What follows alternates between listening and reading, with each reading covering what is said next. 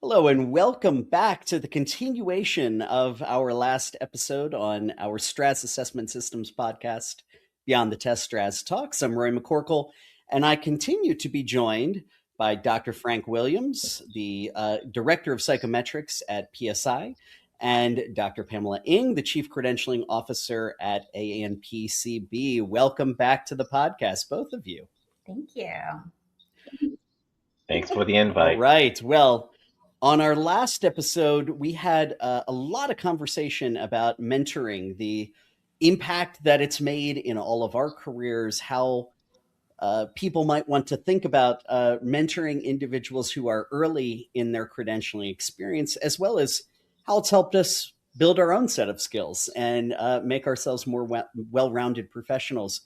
Today, we're going to talk really more about the credentialing industry community.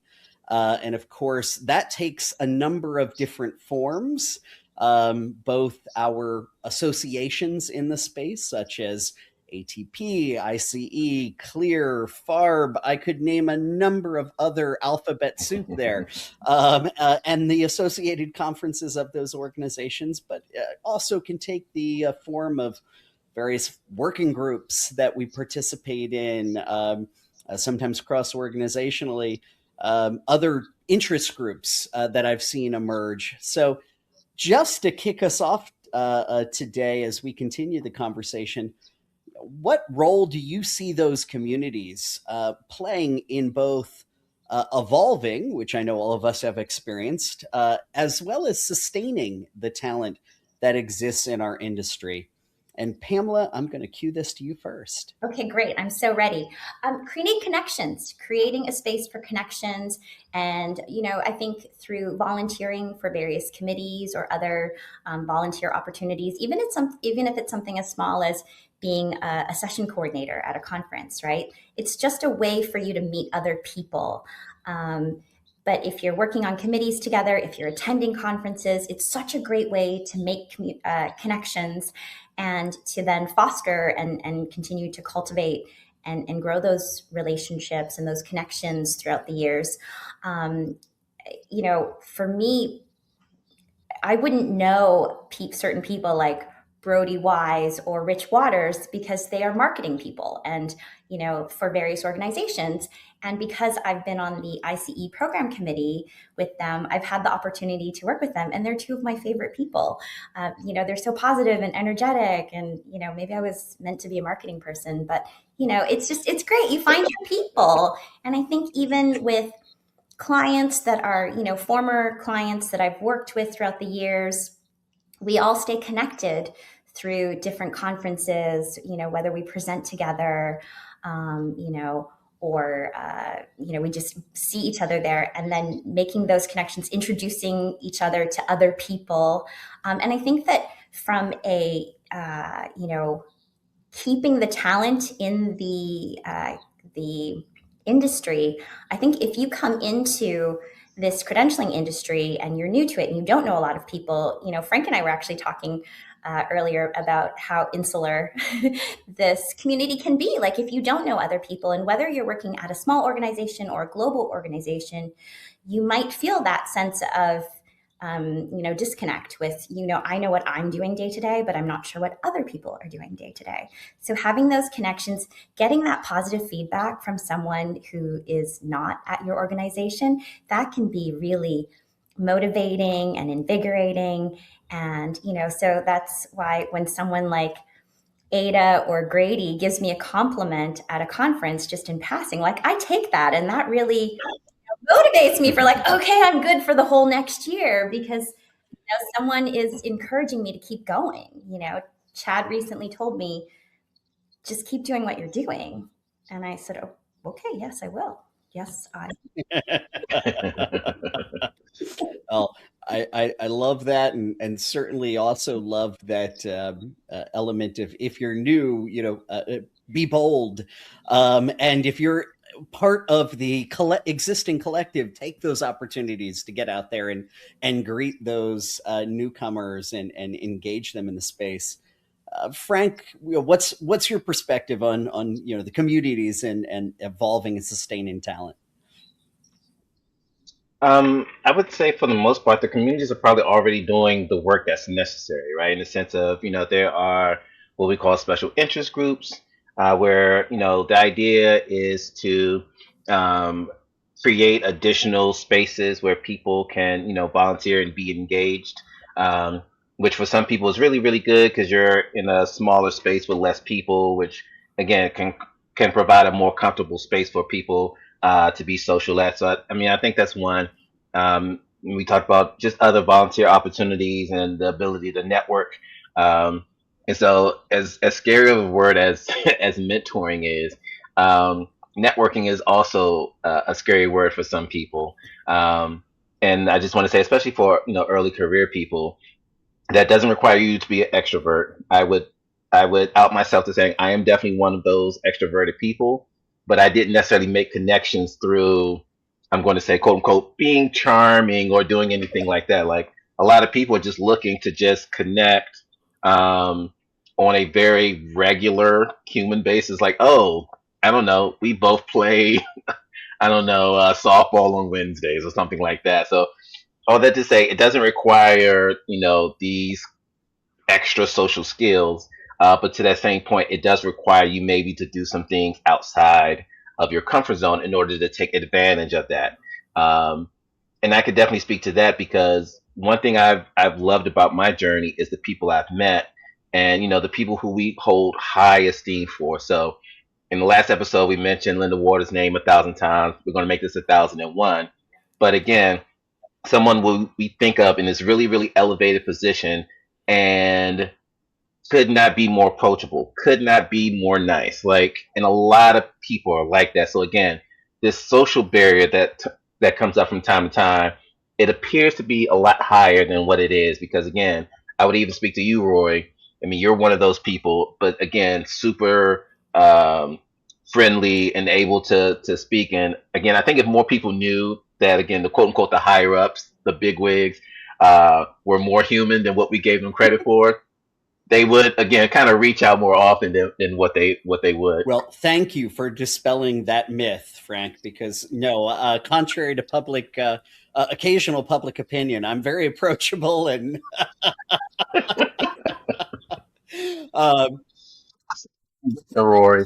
no, I think it is such a good call out because this industry is unique in that you do have a lot of individuals in with a lot of years of experience in the industry and in very high up leadership roles that ultimately, to your point, are the ones that are most desirous of having that conversation and making that connection for somebody who comes up to them. So I love you making mention of that.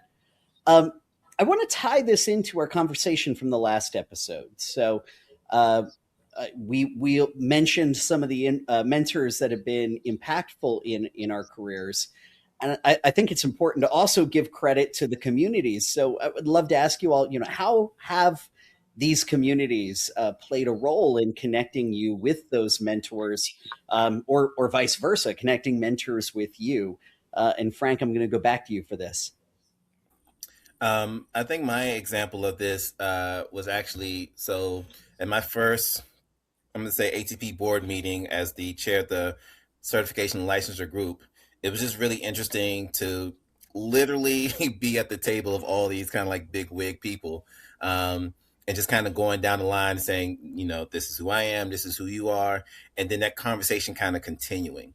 But I say that specifically for the board meeting, but this is something that actually happened throughout the conference, and specifically, if you have a mentor or just someone of interest. There have been plenty of times when I've been maybe in a conversation with Roy, someone will come up to Roy and Roy will be like, "Hey, Frank, this is so and so, this is Frank," and that happens all the time. As a matter of fact, me and Pamela have a running joke where we make this a thing, and it looks like we're kind of playing around because we're being really, really silly about it, but she's done it in a very, very serious manner at several conferences. So it's kind of interesting because what point we made earlier when I was talking to Pamela is, ideally good people surround themselves with good people. And if your mentor is a good person, they will connect you to their good people. And then, the circle just continues to expand, expand, expand. So I would say I've definitely benefited from the kind of piggyback system, if you want to call it that, within the industry. Pamela, how about you? Oh, well, I mean, I have to credit Clear. Without Clear, I wouldn't have Linda Waters as my mentor. And, just those opportunities to be on committees together, to have opportunities to present together. And I think for me, when I was early in my career, and I think for anyone that's early in your career, like that's how you could connect with a mentor without even knowing it, because I didn't set out to have a mentor. That just happened organically because Linda is Linda. And then I think even recently when I got my role as chief credentialing officer, even then she wrote me this beautiful message and to say, if she could be of any support, as a mentor, even now, she would be more than happy to do that. And that's, such a great honor for me. So I think just being involved at different with the different associations, whether it's for committees or at conferences or even just having conversations at conferences, it's great because everyone, it's a different atmosphere, right? We're not there necessarily as competitors or clients and vendors. Yes, we are, but at the same time, particularly, I think if you're working together on a committee of some sort, everyone's just there, and the common goal is to put out a publication. The common goal is to put together a program.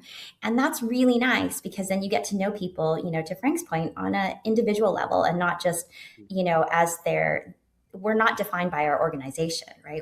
We work for our organization, but who we are it's beyond that. And I think that's how you can find a mentor, a mentee. And I think even that transition, when I was talking to Susan about this the other day, where when all of a sudden someone's reaching out to you to be a mentor, that's it. You don't expect that to happen at some point, and it does. And then it's like this great honor and privilege and responsibility. And you want to do right by your I don't even like to call them mentees, but mentees. I like to call them Pop-Tarts. Okay. It's just cute, it's cute. Everybody loves a Pop-Tart. Well, now you're just going to make me hungry, Pamela. So Cute little but toaster strudels just ready. you did hit, I think, on a great point though, and that of course there are times, there are certain areas in the community where there is a feeling of differentiation or divide between vendor and credentialing organization. So specifically for you, Pamela, given that you are currently the only one working at a credentialing organization, not a vendor, I would love for you to extrapolate on how the vendors that you have worked with have helped you, nurture or navigate issues that you've encountered in your space. Thank you. Yes, I cannot stress enough the importance of having a partnership, a true partnership with your vendor. Which for me, the vendors that I've worked with in my role, I view them as partners because there's, trust and transparency and open communication and collaboration and dialogue so that they're understanding what we need as an organization. We're understanding what they offer as an organization. And together we come up with the solution that's best going to serve our needs as the organization. And I think it takes time to build that trust. But once you've built that trust, it's incredible. Of course, in certain cases, if you already know the people, Frank was my psychometrician for a little while. And so we already had that relationship. But, my account director at Prometric, I didn't know him at first. And it took a while for us to really understand each other. And now we're fantastic friends. And we're always bouncing ideas off of each other. And I have bi-monthly check-ins with Nikki and some of her team, just to talk about what's going on in the credentialing industry. Because again, this is something very specific to individual credentialing bodies. We know what we're doing, but we always, would like to know what other people are doing. And so it's great to have those trusted partners that you can reach out to. And I would say even there are people that I would reach out to, like you, Rory, and like Brody from ITS, and reach out to have conversations because, the current vendors you work with are the current vendors that you work with. But things are always evolving, and having trusted, um, you know, for me, they're friends, but for anyone else, it could be trusted colleagues, trusted people in the industry that you can build these relationships with. In some ways, you're always looking for opportunities to work with those people. And to know that you can build up that trust, and then when there is an opportunity to work with them, then you can. Or if unexpectedly, I've had former clients reach out to me and saying, "I need this. What should I do?" And I could immediately connect them to like three different consultants that might be able to help them, or three different test delivery vendors that might be able to help them. So I think just having that partnership it's everything. Hmm. I love your mention as well there, Pamela, about industry awareness, because to your point, at a credentialing body, it is very easy, having been in that seat before myself, to get those blinders on and be neck deep with what you're doing. But that reference point for what else is going on in the industry can be so impactful. And so critical when all of a sudden you're heading a different direction, doing an organizational change. So really appreciate you mentioning that. Well, we are almost to the end here of our two-part series, and so I would love to give you, um, uh, let's say, a action item for our listeners to take with them. So, for those who have hung in here and have listened to our conversation about mentoring and the community over this and the last episode, they were looking to be a better mentor, mentee, or just a member of our credentialing industry community. What would you encourage them to do? And I'll let either of you that wants to speak up first take it here. Madam. I would say reach out to somebody, pick somebody, reach out to them, schedule a call, whether it's someone that you met recently, someone you've been meaning to follow up with, someone that came to mind when you were working through a particular question or project or something. Reach out and have a conversation. And because you don't know where that will lead. You really don't, right? And I think another thing that you could also do, and this goes back to something that we talked about, last I don't want to say, is it last week, 2 weeks ago? Something that we Last episode, yep. yes, last episode, and something that Frank mentioned, but also Francine Matrakos, who's a very good friend of ours as well. She mentioned that she really appreciates having a mentor that will think of her and reach out and provide suggestions, make connections, especially even at a conference where, or in a situation, because she's not very extroverted. She's a superstar. She's a, ICE Next Gen Award winner, but she's not perhaps as extroverted as Frank and I are. And so she appreciates that I will say, either make an email introduction or an in-person introduction, to make it like less anxiety provoking, right? Yeah. I think that's a great way to frame it. Absolutely. Yeah. Frank, what about you? Um, I think I think one thing we kind of didn't discuss, kind of walked over, is I think the difficulty of being a new career person, kind of seeking mentoring, mainly because of like your workload, right? You're first starting off, you don't have a lot of free time, so I think we need to just spend a second on like we acknowledge that we've been through that. You will get through it. So, having said that, though, I think from the mentoring side of things, I would say. Um, Being self-aware again, but evaluating whether mentoring is something that you care enough to do. So again, I kind of made mention about kind of leading with your heart, which is something that I try to do. There are clearly more than one model to do that, but I would say evaluate whether mentoring is something you want to do or not.